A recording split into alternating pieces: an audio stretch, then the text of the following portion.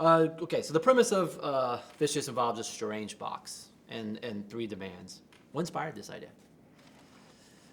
I mean, basically, I had known for a while that I kept coming up with this notion of like a box. Somebody gets a box. Like I like moments where something so simple could be introduced. And there was a very small story, but a friend of mine once came home and he had been out shopping for the day. And then he walked into his living room and he went into the bedroom, and on the bed there was a hammer that he knew he had not left out. And it turned out that somebody had broken in and then had left before, and they had left that hammer. But that image of a hammer was so terrifying to him because of all the different things it could mean. And so I think that that's somewhat created this notion of like, could you take little things that aren't meant to be and then have that kind of open up a door to hell? I mean, that would scare me too if I walked in my house and saw a hammer sitting on them, and like, that I don't let leave. When in horror movies, there's often like a tension in horror between showing versus implying. How did you approach this in Vicious, and like when to reveal and when to not?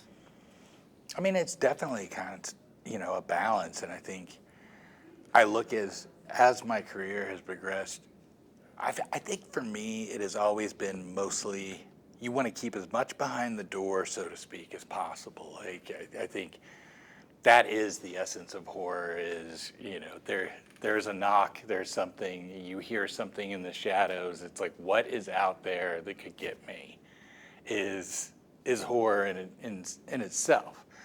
But with that said, you also want to continue to find ways to push people and make people uncomfortable in order to serve the bigger story. And so I look at whether it's violence or emotional rawness as how do I push the audience to face certain things that they may not want to, and in an effort to go where I need them to get. And so, yeah, I mean, I think that's whether it's cutting off a toe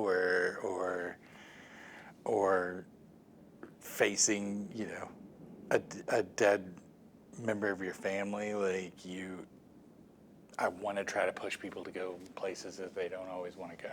Okay. And really, the last thing I want to know is like, what are you hoping for people to take when watching Vicious? I mean, I feel that there's some of it's a little about depression, it's kind of involved in this film and stuff. But what's the emotional response that you're kind of aiming for?